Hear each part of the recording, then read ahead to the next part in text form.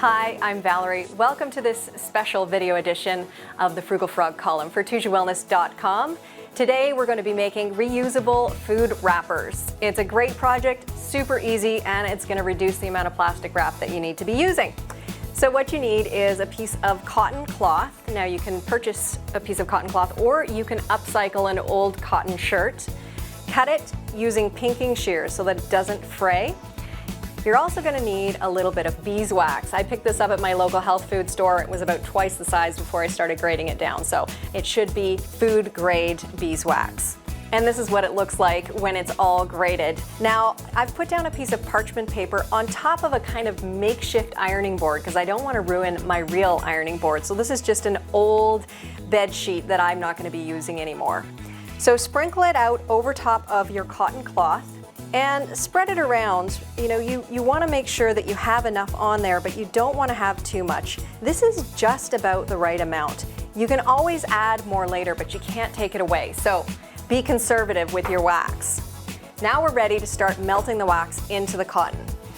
Second piece of parchment paper, right over top like that. And grab your iron, should be set to low to medium heat. This is where the patience is required. Just place the iron over top and slowly move it along your paper. You want to make sure that you're spreading it around as much as you can and that it really permeates the cotton. You'll see as you go where the spots are that need a little bit more wax, and you can gently use the edge of the iron to coax the wax over to that area. Once you try this, you're going to realize how easy it is, and you're going to want all different sizes of wrappers. If you're looking for a sandwich wrapper, you want to go about 12 inches by 12 inches, right up to 15 by 15, I guess, depending on the size of your sandwich.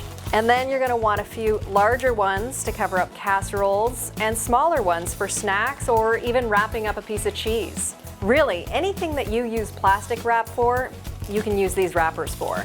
Some people use tin foil when they're doing this, but I really like using the parchment paper because I can see where the wax is. I can see where it's pooling and where it's missing, and that helps me push the wax into those areas. Reusing these wrappers is really easy. All you do once you're done with it is wipe it with a little bit of warm water and soap. Now I'm just going to take a look and see if there's any areas that need just maybe a touch more wax. So you can see right along the edges here where the wax hasn't soaked in. So I'm going to grab a little bit more. Like I said before, it's better to add some where you need it than to try to subtract it. If you are using your ironing board for this, just be really careful. Make sure you have a good size sheet of parchment because this extra wax will leak out. And then you're going to have wax on everything you iron from here on in. That's pretty much it. We're going to peel off this parchment and then we'll just grab a corner and be careful because it is hot wax. Now I'm just going to hang it up to dry.